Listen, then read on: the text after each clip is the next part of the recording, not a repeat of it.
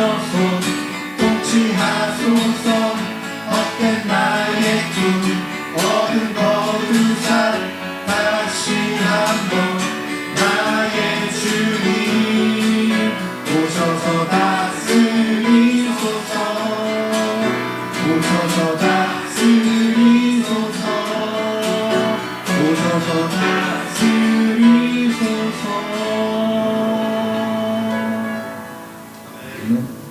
다음 곡은 부르신 곳에서 부르시겠습니다.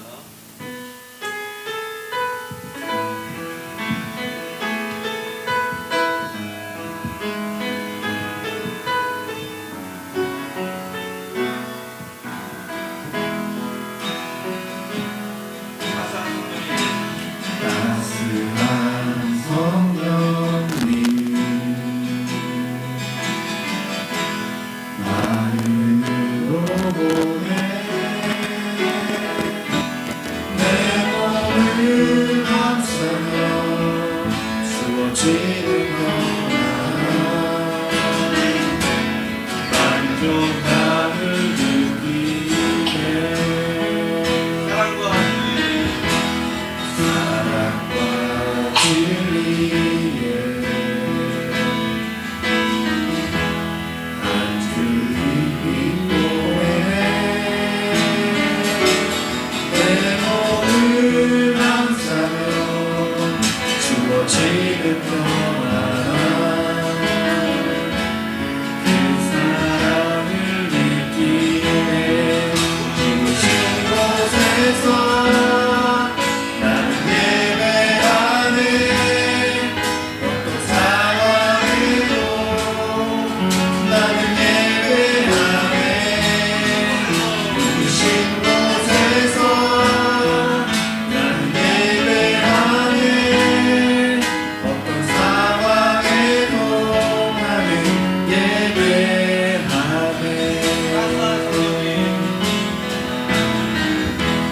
따스한 성령님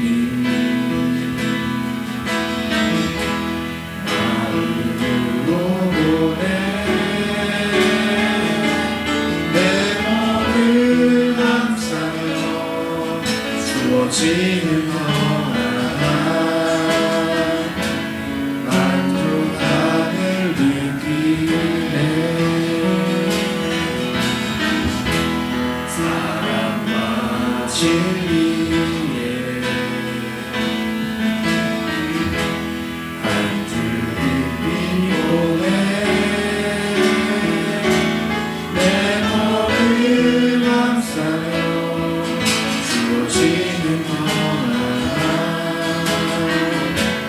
그 사랑을 느끼네 부르신 곳에서 나는 예배하네.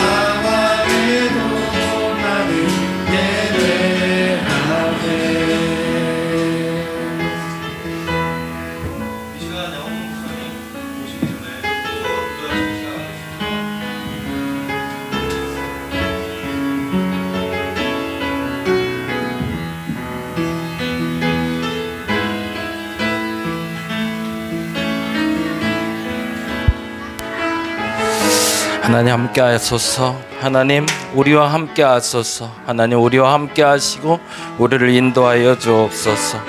우리에게 일어나는 일들에 대해서 우리가 분명히 알아가게 하시고 우리에게 필요한 것들이 무엇인지 알게 하여 주시며 하나님 앞에 순종하고 나아가는 모든 것들에 대해서 아멘 하며 나갈 때 하나님 기름 부어 주옵시고 우리 안에 채우시는 하나님의 역사하심과 우리 안에 동행하시는 하나님의 기뻐하심을 우리가 눈으로 보게 하소서. 우리가 알아가게 하여 주시옵소서.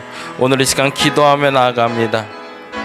하나님께 기도하는 이 시간이 복되고 귀한 줄 우리가 알고 있사오니 하나님 이 시간을 우리가 어떻게 살아내야 되는지 알게 하여 주시며 깨닫하시고 순종하게 하시며 오늘 이곳에 함께 하지 못한 이들도 하나님 만나 주옵소서.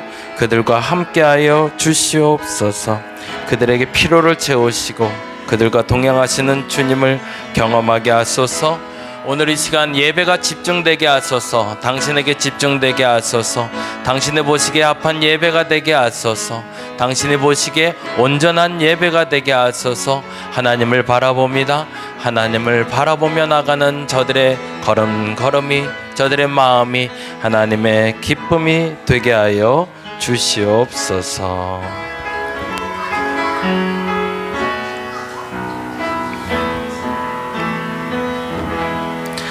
다 같이 자리에서 일어나 우리 하나님 앞으로 나가도록 하겠습니다.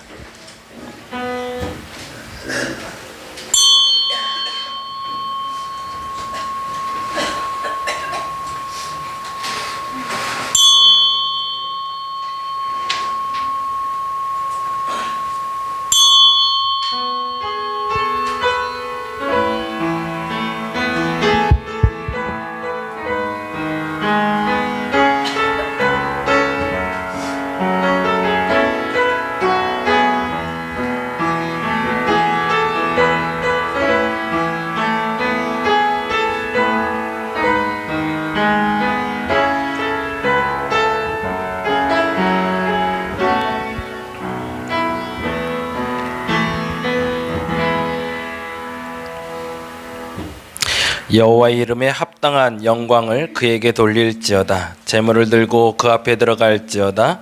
아름답고 거룩한 것으로 여호와께 경배할지어다. 아멘. 찬송가 336장 같이 찬양합니다.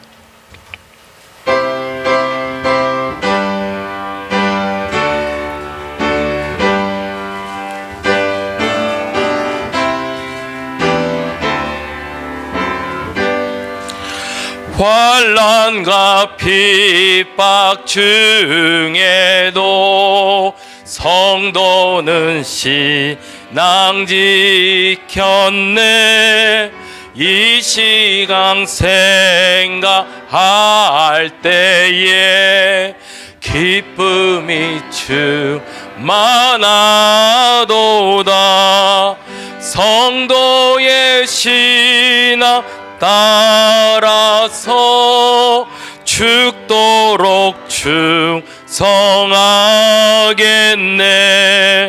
옥중에 매인 성도나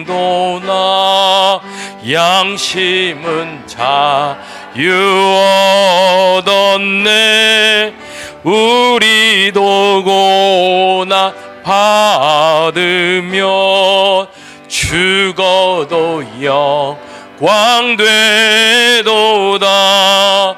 성도의 신앙 따라서 죽도록 충성하겠네. 성도의 신앙 본받아 원수도 사랑하겠네.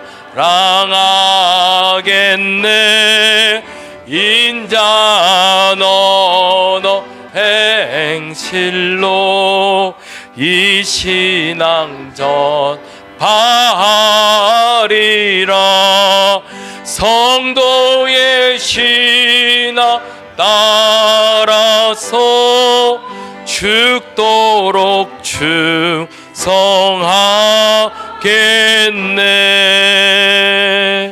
아멘.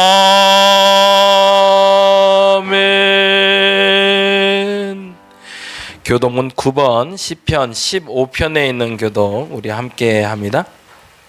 작은 글씨는 제가, 큰 글씨는 여러분이 읽어주시면 됩니다.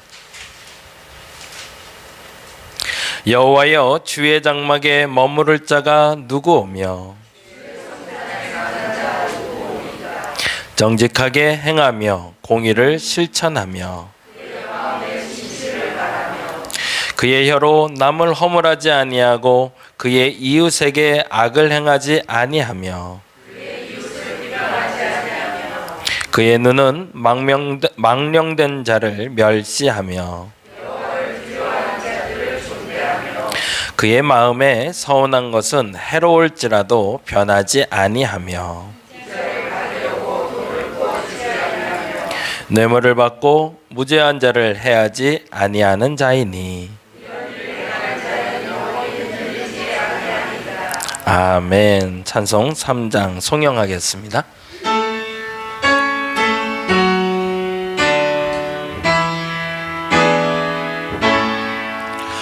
성부 성자와 성령 찬송과 영광 돌려보내세. 태초로 지금까지 또 영원 무궁토록 성삼위께 영광 영광. 아멘. 자리에 앉아주시기 바랍니다. 찬송가 408장 함께 찬양합니다.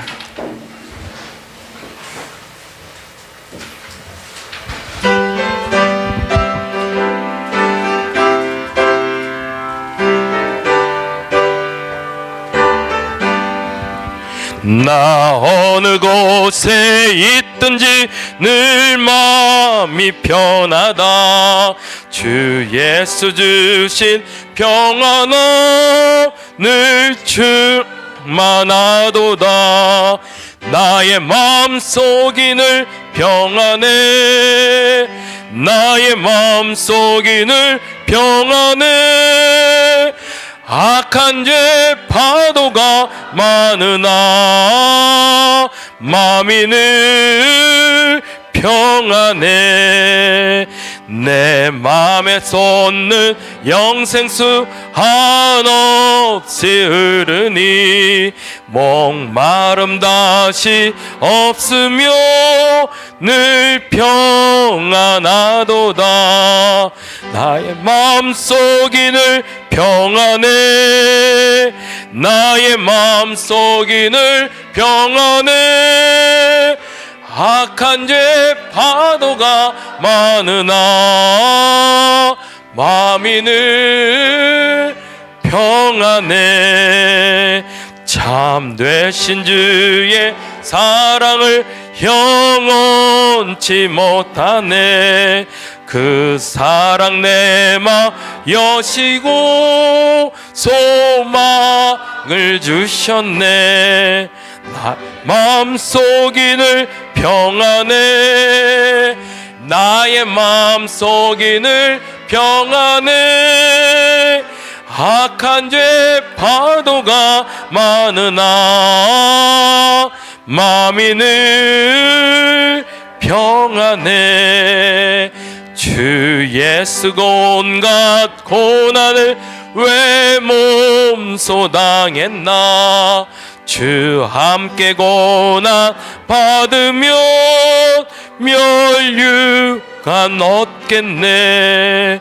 나의 마음속이 늘 평안해. 나의 마음속이 늘 평안해. 악한 죄 파도가 많으나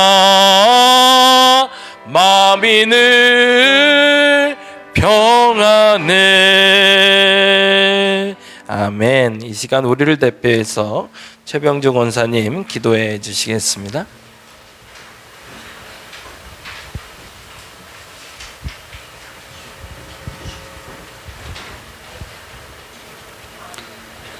참으로 좋으신 하나님, 오늘은 주의 날 이 거룩하게 구별된 날에 성령님의 인도하심으로 저희를 예배의 자리로 불러주셔서 감사합니다.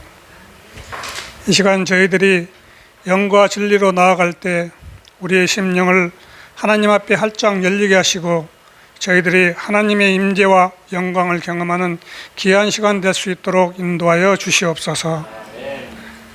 하나님의 무한하신 사랑과 은혜에도 불구하고 지난 한 주간도 거룩하게 살지 못했던 모습들을 고백합니다.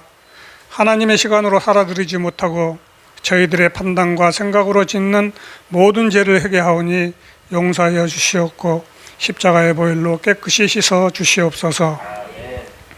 하나님, 6월은 호국 보훈의 달입니다. 우리나라를 위하여 목숨을 바친 순국 선열 및 호국 영령들의 희생을 기억하며 감사를 표하는 저희들이 되게 하옵소서. 호국 보훈의 달에 전쟁의 참상을 다시 한번 생각할 수 있게 하신 주님, 이 땅과 교회 안에 다툼이 없게 하시고 간절히 바라옵기는 우리가 전쟁을 일으키는 장본인이 되지 않게 하여 주시옵소서. 끊임없이 전쟁을 도발하기 위해 혈안이 되어 있는 북한의 이정자들을 불쌍히 여기시고 평화의 도구로 살아갈 수 있는 예수님의 마음을 부어 주시옵소서. 교회를 위해 기도합니다. 우리 교회와 함께 하신 하나님, 내년이면 벌써 교회 설립 10주년이 됩니다. 엘리야에게 바알에게 무릎 꿇지 않는 사람 7천을 남겨두셨듯이 세상에 무릎 꿇지 않고 하나님 앞에 참으로 예배하는 100명의 예배자를 세우는 교회 되기를 간절히 기도합니다. 어린이 교회와 청소년 교회가 매주마다 생명력이 넘치는 교회 되기를 원합니다. 이 지역에 아름다운 소문이 널리 울려 퍼지는 교회로 우뚝 세워 주시옵소서. 나 홀로가 아니라 저희 교회와 함께 하시는 하나님, 그리고 미래를 같이 열어갈 믿음의 신실한 동력자들이 하나님의 꿈을 품고 함께 나아가오니 저희 교회를 기억하여 주시고 저희 기도에 응답하여 주시옵소서. 담임 목사님을 위해 기도합니다. 열린 마음과 듣는 길을 주셔서 모든 사람들을 하나님의 지혜로 대할 수 있도록 영적으로 민감하고 영성이 더욱 깊어지게 하옵소서. 육적으로도 아픈 곳이 없이 건강한 몸으로 주님을 증거하며 사역을 감당할 수 있도록 체력의 증거를 붙들어 주시기를 간절히 기도합니다. 늘 성령의 기름 부으심과 충만하심 안에서 오직 복음으로 능력의 말씀을 전하게 하옵소서. 오늘 홀로 그러나 함께한 사람 엘리야라는 제목으로 열왕기상 19장 말씀을 전하실 때 성령 충만함으로 붙들어 주시옵고 저희들은 선포하신 말씀을 붙잡고 한 주간을 승리하는 삶을 살아갈 수 있도록 은혜를 더하여 주시옵소서. 예배의 첫 순서에 찬양으로 우리의 마음을 열어주고 찬양으로 하나님께 영광을 돌리는 찬양팀과 예배를 위하여 수고하시고 힘쓴 모든 손길에도 이루가 넘쳐나게 하시고 그 수고를 기억하게 하여 주시옵소서. 오늘 예배의 모든 순서 시간에 하나님 함께하여 주시옵소서. 우리 주 예수 그리스도의 이름으로 기도드립니다. 아멘.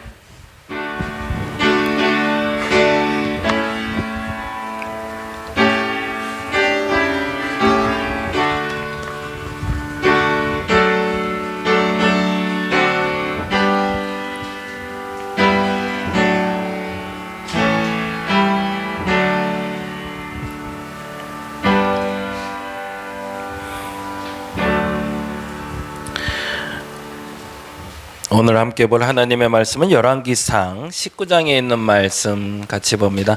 열왕기상 19장 13절에서 18절. 네, 열왕기상 19장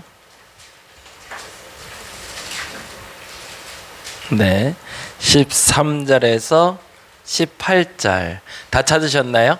예, 자리에서 일어나셔서 우리 같이 한 목소리로 하나님의 말씀 읽도록 합니다. 열왕기상 19장 13절에서 18절 같이 한 목소리로 읽겠습니다. 엘리야가 듣고 겉옷으로 얼굴을 가리고 나가 굴 어귀에 섬에 소리가 그에게 임하여 이르시되 엘리야야 내가 어찌하여 여기 있느냐. 그가 대답하되 내가 만군의 하나님 여호와께 열심히 유별하오니 이는 이스라엘 자손이 주의 언약을 버리고 주의 제단을 헐며 칼로 주의 선지자들을 죽였음이오며 오직 나만 남았거늘 그들이 내 생명을 찾아 빼앗으려 하나이다. 여호와께서 그에게 이르시되 너는 내 길을 돌이켜 광야를 통하여 다메섹에 가서 이르거든 하사엘에게 기름을 부어 아람의 왕이 되게 하고 너는 또 님시 아들 예후에게 기름을 부어 이스라엘의 왕이 되게 하고 또 아벨무올라 사바시 아들 엘리사에게 기름을 부어 너를 대신하여 선지자가 되게 하라. 하사엘의 칼을 피하는 자를 예후가 죽일 것이요 예후의 칼을 피하는 자를 엘리사가 죽이리라. 그러나 내가 이스라엘 가운데 7,000명을 남기리니 다 바알에게 무릎을 꿇지 아니하고 다 바알에게 입맞추지 아니한 자니라. 아멘. 자리에 앉아주시기 바랍니다. 오늘은 홀로 그러나 함께한 사람 엘리야라는 제목으로 같이 말씀 좀 나누려고 하는데요. 귀한 손님 오셔서 잠깐 소개하고 갈게요. 우리 최승필 권사님 이라고 하기보다 혜안이 이제 사촌 누나라고 하는 게 낫겠죠. 그렇죠? 네, 왔는데 우리 환영의 박수 한번 하겠습니다. 예, 멀리 미국에서 잠깐 와서 머물다가 우리 교회 예배 왔는데요. 반가워요. 오랜만에 봤어요. 네, 감사합니다. 예, 오늘은 엘리야 얘기 좀 하려고 그래요. 엘리야, 엘리사 제가 개인적으로 굉장히 좋아하는 사람인데요.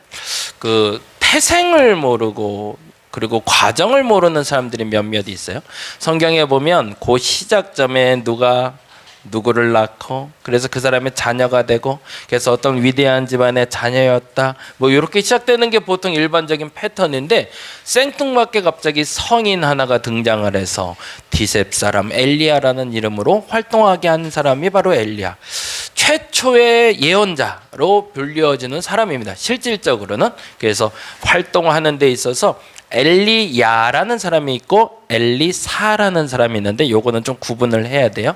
엘리야가 스승이고 엘리사가 제자가 됩니다. 그래서 스승과 제자 관계인데 엘리야는 찾아가는 선지자.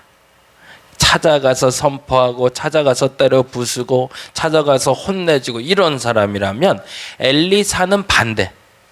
찾아가는 사람이 아니라 찾아오게 하는 선지자.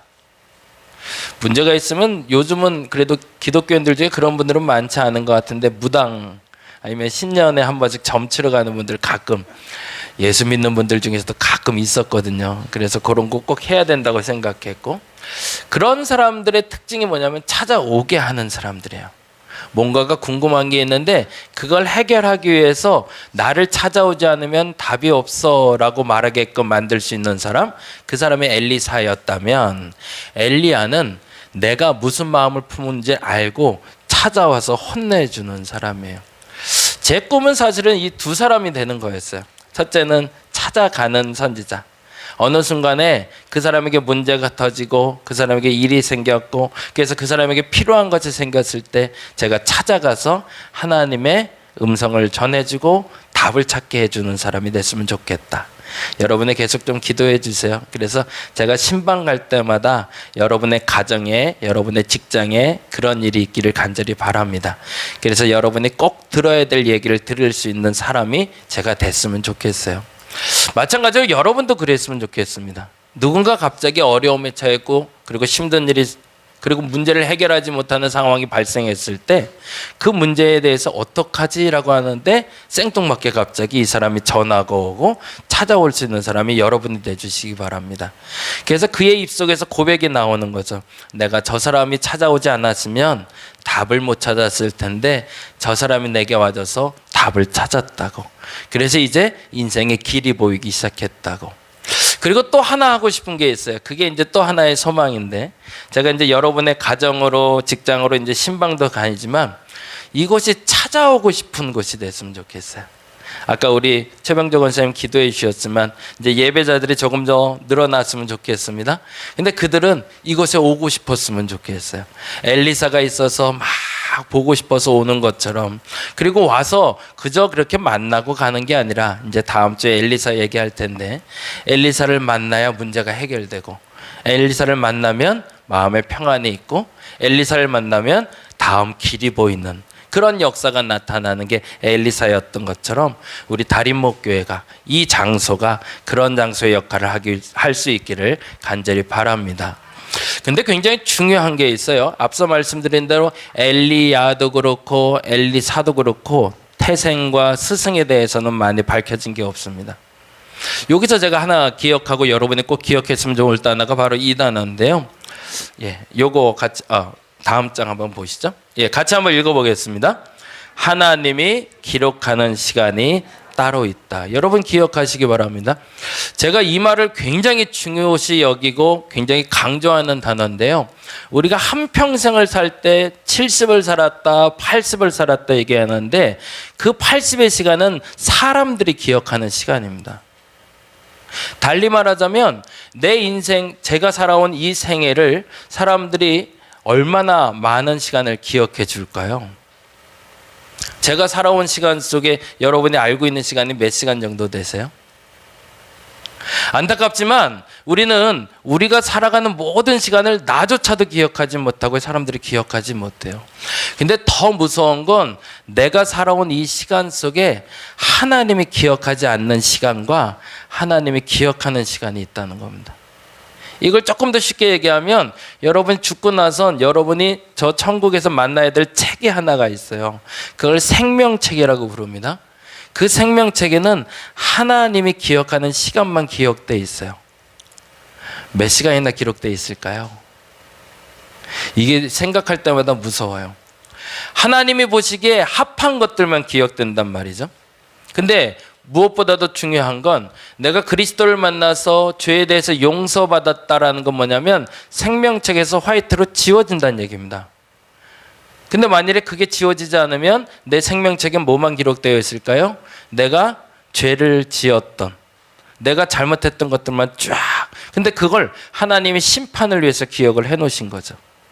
근데 어느 날 가봤더니 내 생명책엔 화이트로만 쫙 커져 있는 거예요. 평생을 화이트로만. 왜? 죄에 대해서 회개만 한 거죠. 근데 하나도 남아있지 않은 게 있어요. 그게 뭘까요? 하나님을 위해서 일한 시간들은 하나도 기록되지 않은 거죠. 한번 되짚어 보자고요. 내가 지금까지 살아오면서 하나님 잠깐 배제하고 여러분의 시간 속에 남들에게 기억될 만한 소중한 시간이 뭐가 있을까요? 내게 말고. 남들이 봤을 때 야, 양홍석 그때 그건 내가 기억하지. 여러분의 이름을 호명하며 여러분을 누군가가 기억해 준다면 어떤 장면을 기록하고 있을까요? 기억이 많이 되고 있을까요? 또 하나, 하나님은 여러분의 어떤 장면을 기억하고 계실까요? 오늘 그것을 한번 되짚어 볼 수 있는 시간 되었으면 좋겠습니다. 그리고 또 하나, 하나님이 이 땅에 사는 나를 어떻게 기억하고 계신지, 그리고 이 땅에 사는 나는 하나님의 어떤 돌보심에 따라서 살아가고 있는지를 한번 좀 살펴보도록 하겠습니다. 첫 번째, 가뭄이 찾아와 봤어요. 그때 엘리야에게 하나님이 찾아오십니다. 한번 볼까요? 17장입니다. 열왕기상 17장.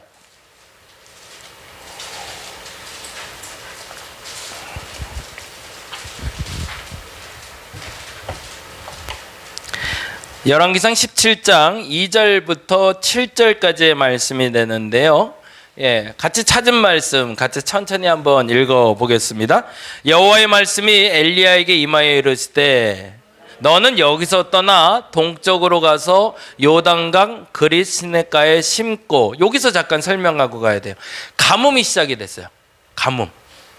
가뭄이 시작돼서 곡식을 거둘 수가 없고 모든 땅에 곡식이 자라질 않아요. 먹고 사는 문제가 터졌어요. 그때 하나님이 여러분에게 어떻게 하실까요? 이게 중요한 거예요. 하나님과 함께하는 사람은 이렇게 해주신대요. 모두가 가뭄이라 할 때 하나님은 우리를 돌봐주십니다. 근데 돌보는 방식이 다음과 같다고 얘기하네요. 같이 한번 볼까요? 4절 시작. 그 시냇물을 마시라. 내가 까마귀들에게 명령하여 거기서 너를 먹이게 하리라. 그가 여호와의 말씀과 같이 하여 곧 가서 요단앗 그릿시내가에 머물매. 정말로 어떤 일이 벌어졌어요? 까마귀들이 아침에도 떡과 고기를, 저녁에도 떡과 고기를 가져왔고 그는 시냇물을 마셨다. 이러고 끝났으면 좋겠는데 마셨으나로 끝났어요. 왜 그렇게 끝났을까요? 그 다음에 이렇게 되거든요. 땅에 비가 내리지 아니함으로 얼마 후에 그 시내가 마르니라. 하나님의 도우심이에요. 다시 한번 고민을 해보자고요. 모두가 어려워요. 그러면 다 어려워요. 근데 그때 하나님을 믿는 사람을 하나님이 도와주십니다. 근데 어떻게 도와주냐는 거죠. 엘리야에게 나타난 하나님은 그리 시냇가로 가래요. 그렇지. 다른 사람에게 물이 하나도 없어도 내게는 물을 주시는구나. 그러고 갔어요. 먹을 걸 주시겠지. 근데 생뚱맞은 일이 벌어졌어요. 어떤 일이 벌어진 거예요? 까마귀가 갖다 줘요. 까마귀는 어떤 음식을 먹어요? 네, 썩은 시체를 먹어요. 그러면 걔가 갖다 준 게 뭐였을까요? 썩 좋은 것 같진 않아요. 분명히. 그렇죠? 떡과 고기를 갖고 왔더니 떡은 사실은 조금 덜 상했을 수도 있을 것 같아. 근데 걔가 원하는 고기는 죽은 고기란 말이죠. 약간 안 좋은 상태일 거예요. 근데 그거를 끊임없이 언제마다 아침마다 저녁마다 뭐 하라고? 나 먹으라고 갖다 줘요. 그래도 없는 것보단 나니 그걸 먹었어요. 근데 그 다음에 어떤 일이 벌어졌대요? 그 시냇가도 말라버렸대요. 그 다음에 무슨 일이 벌어진지 볼까요? 8절부터 보겠습니다. 8절 같이 한번 읽어보겠습니다. 여호와의 말씀이 엘리야에게 임하여 이르실 때 너는 일어나 시돈에 속한 사르밧으로 가서 거기 머물라. 그럴만하죠. 그리 시냇가에 물이 말랐으니 나 이제 먹을 게 없잖아요. 마실 물이 없잖아요. 그렇지. 역시 하나님이 이렇게 가뭄을 지속하게 하는 게 아니라 다음 단계로 연결을 해주시지. 그래 나 먹고 사는 건 하나님 해결하시지. 그러고서 갔어요. 그랬더니 이렇게 돼 있네요. 10절 볼까요? 그가 일어나 사르밧으로 가서 성문에 이를 때에 한 과부가 그곳에서 나뭇가지를 줍는지라 이에 불러 이르되 뭐래요? 그릇에 물을 조금 가져다가 내게 마시게 하라. 그가 가지러 갈 때 엘리야가 그를 불러 뭐라고 얘기하죠? 내 손에 떡 한 조각을 내게로 가져오라. 참 그래도 양심적이에요. 좀 넉넉하게 갖고 와라도 아니라 조금만 좀 갖고 와봐. 조금만 물 좀 갖고 오고 떡 한 조각만 갖고 와. 배고프다는 얘기잖아요. 그런데 그때 이 과부가 이렇게 얘기합니다. 12절 같이 한번 볼까요? 같이 읽겠습니다. 그가 이르되 당신의 하나님 여호와께서 살아계심을 두고 맹세하노니 나는 떡이 없고 다만 통에 가루 한 움큼과 병에 기름 조금뿐이라 내가 나뭇가지 둘을 주어다가 나와 내 아들을 위하여 음식을 만들어 먹고 그 후에는 죽으리라 라고 얘기합니다. 보내려면 조금 좀 넉넉한 데로 좀 보내주지. 그리 시냇가도 마르고 그리고 까마귀가 가두는 그 썩고 상한 음식 이제 그만 먹겠다 싶어서 좀 집으로 보내줘서 그 집에 갔더니 과부가 하나 나뭇가지를 줍고 있는데 아 나 목마르니 물 한 잔 좀 갖다 줘. 그런데 물만 말고 떡도 좀 갖다 줘. 그랬더니 이 여자가 뭐라 그래요? 나 먹고 죽을 것도 없어 그러는 거죠. 그리고 나서 어떤 일이 벌어지죠? 같이 한번 보겠습니다. 14절 이스라엘의 하나님 여호와의 말씀이 나 여호와가 비를 지면에 내리는 날까지 그 통에 가루가 떨어지지 아니하고 그 병의 기름이 없어지지 아니하리라 하셨느니라. 그 다음에 어떻게 됐어요? 그가 가서 엘리야의 말대로 그와 엘리야가 그의 식구가 여러 날 먹었으나 여호와께서 엘리야를 통하여 하신 말씀같이 통의 가루가 떨어지지 아니하고 병의 기름이 없어지지 아니라. 그러면 통의 기름은 얼만큼 없어지지 않았을까요? 기름은 얼만큼 넉넉했을까요? 딱 하루만큼만. 매일 먹고 나면 또 비어요. 근데 다음 날 보면 또 생기는데 요만큼. 또 생기는데 요만큼. 하나님 뭐 하고 계신 거죠? 다음 장 한번 보여주세요. 같이 한번 읽어보겠습니다. 풍요롭지 않지만 기력을 회복하기에 충분한 돌봄을 하나님이 여러분에게 해주실 겁니다. 여러분 먼저 인정하시기 바랍니다. 가뭄이 오면요 그리스도인들도 어려울 거예요. 어려움을 닥치면 나는 예수 믿기 때문에 나는 풍요로울 거라고 착각하지 마시기 바랍니다. 모두가 어려울 겁니다. 그런데요 중요한 건 하나님이 그리스도인들을 돌보신다면 저 정확히 말하면 그 하나님의 시간을 살아가는 사람을 하나님은 적극적으로 돌보기 시작할 겁니다. 근데요 그건 풍요롭진 않을 겁니다. 그래서 우리는 가끔 그래서 원망을 하는 거죠. 세상이 어렵고 상황이 어려워도 내가 예수 믿으면 나는 잘 살아야 될 것 같은 거예요. 근데 그렇지 않다는 얘기입니다. 근데 이때 우리가 해야 될 일이 있다는 거죠. 그게 뭐죠? 아주 작은 것에도 감사하는 게 진짜 그리스도인인 거죠.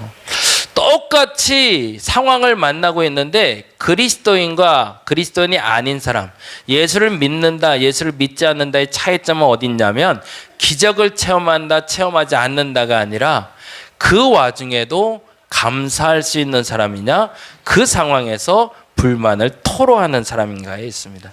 저와 여러분에게 이 은혜가 온전하다는 것을 인정할 수 있기를 간절히 바랍니다. 다시 한번 말씀드릴게요. 엘리야를 통해 만나는 첫 번째 은혜는 뭐냐면요, 다음 장 같이 읽어봅니다. 아무것도 없다 생각될 때 풍요로움이 아니라 기력을 회복하기에 충분한 은혜가 있었음을 기억하시기 바랍니다. 오늘 이 시간도 그렇고요, 앞으로도 여러분이 어떤 어려움을 당해도 하나님은 결코 여러분 버리지 않으실 겁니다. 근데요, 너무 기대는 하지 마세요. 엄청나게 채우지는 않으실 겁니다. 정말 어려워 죽겠으니까 이번 한 번만 로또 안 될까요, 하나님? 안 됩니다. 절대 안 될 겁니다. 진짜 어려운데 이번 병만큼은 내가 기도하면 정말 똑 떨어지면 안 될까요? 절대 안 될 겁니다. 그 기적이 여러분의 기적이 아닐 겁니다. 그런데요, 그 상황을 이겨낼 힘을 주실 겁니다. 그게 하나님의 시간을 살아내는 겁니다. 우린 자꾸 착각해요. 내가 하나님의 시간을 살아내면 남들보다 다른 뭔 특별한 게 있어야 되는 거예요.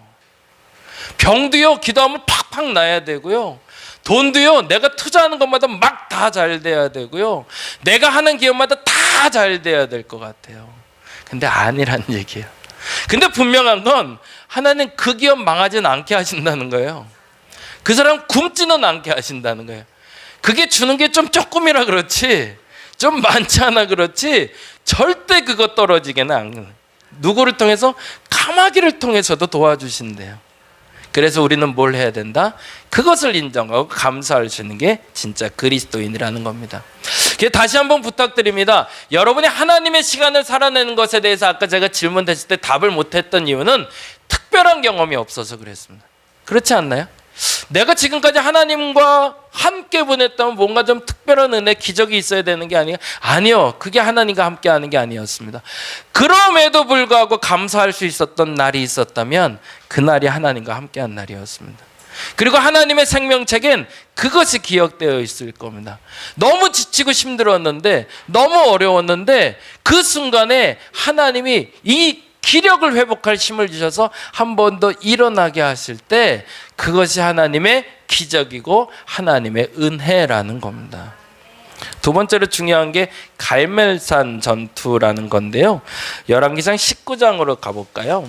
19장 15절입니다. 이 얘기는 잠깐 하고 가야 되는데, 엘리야 얘기를 하면 제일 중요한 게 바알 선지자와 아세라 선지자라는 이방 선지자들과 850대 1로 싸워서 이겨요. 승리를 했어요.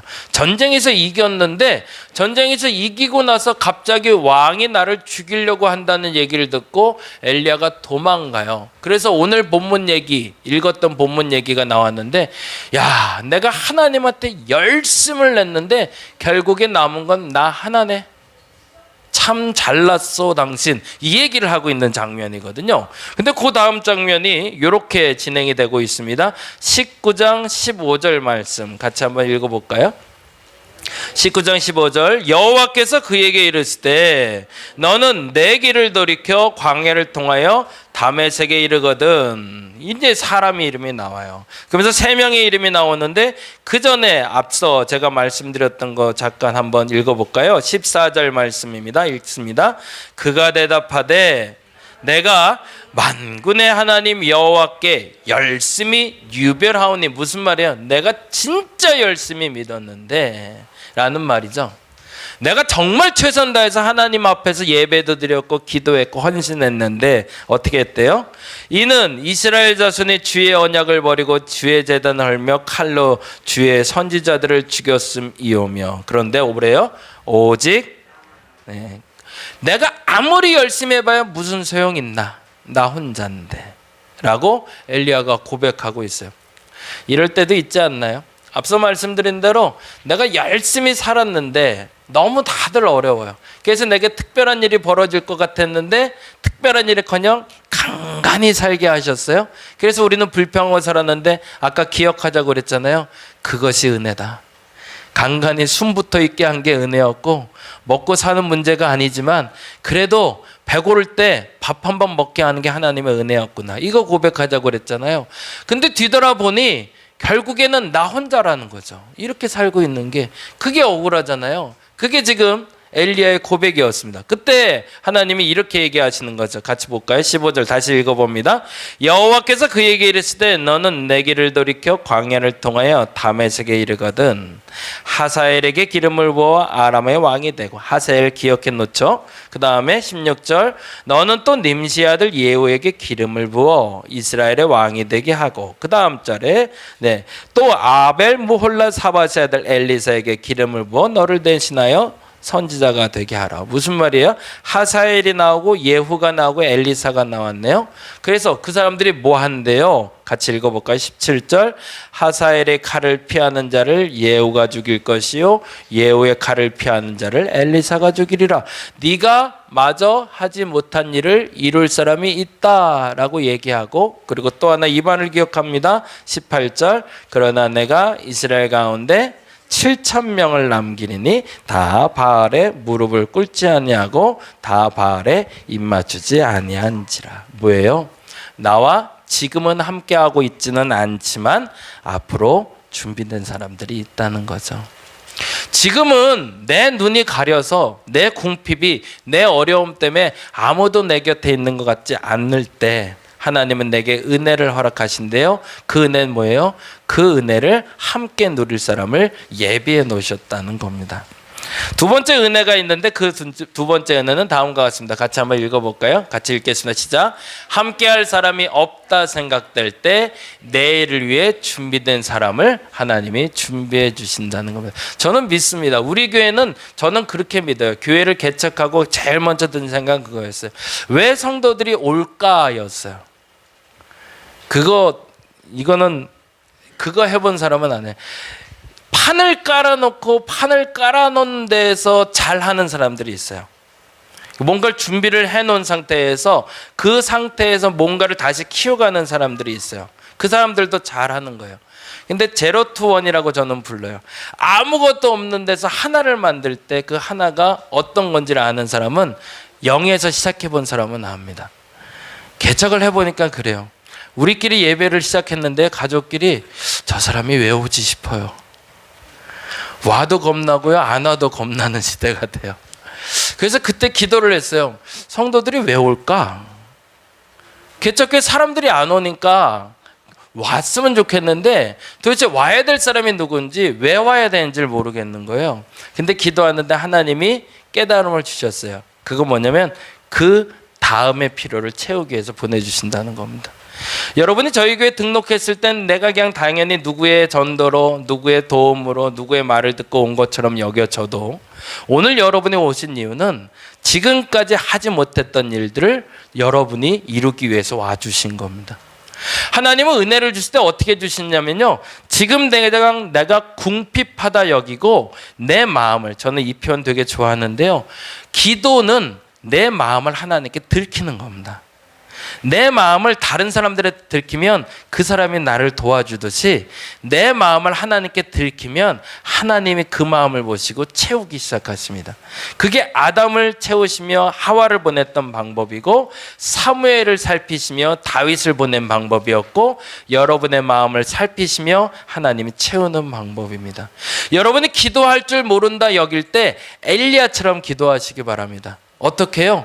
내가 해도 안 되는 거 그냥 인정하고요, 그 마음을 하나님께 들키시면 돼요. 그러면 어떻게 하신다고요? 그 시간에 그 시에 필요한 사람을 여러분에게 보내주실 겁니다. 제가 여기 다 한번 가봤어? 요한이도 가봤어? 예, 남이섬이라고 불리는 섬인데 남이 장군의 무덤이 있다고 해서 남이섬이라고 불리기도 하고 춘천에 이제 그 뭐라고 그러죠? 강을 막아놔서 생겼던 섬이죠. 그래서 이 섬에 유일하게 예전에 많이 갔던 사람들은 MT 장소로 많이 갔었어요. 청년들이. 그래서 가서 뭐 했을까요? 엄청나게 술 먹고 놀다 왔어요. 그러고 나서 IMF 직전까지 제일 많이 갔던 게 야유회 비슷하게 가서 노는 장소였는데, 그때는 죄송하지만 어느 시점부터는 어린이들이 갈 수 없는 우범지대였어요. 왜 그랬냐면 술 먹고 고성방가 하시는 분들이 너무 많았거든요. 그래서 밤에는 무서워서 빨리 나와야 되는 땅이었어요. 근데 그곳이 누구를 중심으로 하는 곳으로 바뀌었죠? 어린이들이 갈 수 있고 어린이들의 공원, 어린이들의 재단이 만들어지는 곳으로 바뀌었어요. 그 중심에 섰던 인물이 바로 이 강우현이라는 사람입니다. IMF 때 남이섬이 문을 닫을 위기가 왔어요. 근데 그때 당시에 통계는 이렇게 나옵니다. 2001년부터 2014년까지 이분이 대표로 있었는데 27만 명의 방문자가 그때 한 해 동안 있었대요. IMF 끝나고 27만 명이면 괜찮나요? 나쁘지 않나요? 어떠세요? 그런데 나중에 300만이 됐대요. 인원수로 보자면은 뭐 27만도 괜찮은데 뭐 문제야. 그런데 이런 경우들이 생겨요. 27만 명이 왔는데 예산은 결과는 이렇게 됐다고 하거든요. 60억이 적자였대, 매년. 그러니 운영이 안 되는 상태였던 거죠. 그래서 나중에 300만이 됐을 땐 100억의 흑자를 내는 공간으로 바뀌게 됐다고 합니다. 그리고 나서 이분이 2014년 후에 남이섬을 그만두고 본인이 약속을 했대요. 300만의 관광객이 찾아오는 그 시점엔 나는 여기를 그만두고 나가겠다라고 이야기하고, 그리고 나서 다음 장, 제주도에다가 지금 남이나라 공화국이 아니라 탐나라 공화국이라는 것을 만들어 다시 개장을 했어요. 이분의 공통적인 특징이 있습니다. 제주도에 만든 이분의 그 공간과 남이섬의 공간에 공통적인 특징이 있어요. 남들이 쓸모없다 여겨진 것들로 예술품을 만든다는 거예요. 가보시면 알지만 소주병으로 쫙 다리를 만들어 놨고 온갖 쓰레기를 가지고, 심지어는 죽은 나무를 거꾸로 세워서 뿌리가 위로 올라가게 만들어서 예술작품을 만들고 그 공간을 사람들이 찾아오게 만들었다는 거죠. 앞서 말씀드린 대로 하나님이 우리와 함께 하실 때 우리에게 보이는 건 쓸모없다 여겨지는 것들이 쓸모 있어 보이기 시작하는 겁니다. 궁핍하다 여겨지는 상황에서 감사를 할 수 있을 때 우리는 진짜 그리스도인이 됩니다. 그건 하나님이 우리에게 주신 본성적인 마음인데 그걸 끄집어낼 수 있는 사람이 많지 않았던 거죠. 남이섬이 그렇게 될 수 있었던 건 쓸모없던 것들이 쓸모있다 말하는 강우현이라는 사람이 있었기 때문이고, 오늘 이 시간에 우리가 하나님의 은혜 가운데 산다고 말할 수 있는 이유는 내가 그리고 주변에서 할 수 없다 여겨지고 궁핍하다 여겨질 때도 감사할 수 있을 때 하나님이 이곳에 은혜를 그리고 희망을 싹 틔워 주신다는 겁니다. 근데 더 중요한 게 있죠. 그러면 이 사람은 천재였겠네요. 그렇죠? 그래야 돼요. 우리의 공식으로는 원래 뛰어난 사람이어야 돼요. 그렇잖아? 근데 그렇지 않기 때문에 소개를 하는 거예요. 그래서 난 이 사람이 좋아요. 같이 한번 보죠. 이 사람은 어떤 분인지 볼게요. 1953년생이라고 합니다. 이제 나이가 7순이 넘어가는 분인데요. 중학교 때 반에서 15등에서 21등까지 했답니다. 이 정도면 좀 더 위안이 되죠. 근데 그 다음에 더 위안이 돼요. 고등학교 졸업 성적이 3학년 전교생 162명 중에 157등 했답니다. 어떤 애예요? 버려진 아이죠. 버려진 아이. 누가 신경 썼을까요? 그냥 버려놨으면 이 사람은 남이섬의 대표가 안 됐어요. 근데 이 사람을 특별하게 생각하는 사람이 있었어요. 누구였을까요? 엄마였어요. 엄마는 얘가 하는 그 괴짜 행동을 너무 좋아하셨대요. 이 사람이 학교 공부에 못 따라갔던 이유는 이 고정적인 교육은 나하고는 안 맞는 거예요. 그래서 심지어 자기가 하고 있는 일에 대해서 사람들에게 설명하려고 해도 하나도 설명이 안 됐대요. 근데 엄마가 항상 자기에게 했던 말이 있대요. 한번 따라해 볼게요. 잘 안 되는 것은 다시 해보라는 뜻이다. 그게 엄마의 가르침이었대요. 남들은 안 된다 여겨질 때 이 강우현이 일어날 수 있는 힘은 엄마가 옆에 있었던 거죠. 여러분이 안 된다 여겨질 때, 궁핍하다 여겨질 때, 감사가 없을 때도, 여러분이 홀로 있다 할 때도 하나님이 여러분과 함께 하십니다. 그게 하나님의 시간입니다. 그 시간을 살아날 수 있는 얘기는 남이섬과 같은 꿈을 만들어낼 수 있고요. 여러분의 인생에 아직도 희망이 있다고 말할 수 있을 겁니다. 오늘 다시 한번 고백할 수 있으면 좋겠습니다. 하나님의 시간을 살아냈으면 좋겠어요. 아무도 없는 것 같아도 하나님이 여러분과 함께 하십니다. 그리고 내가 너에게 다시 할 힘을 준다고 약속하십니다. 그 힘으로 일어나셔서 엘리야처럼 다시 한번 내일을 준비할 수 있는 저와 여러분이 되시기를 간절히 바랍니다. 기도하겠습니다.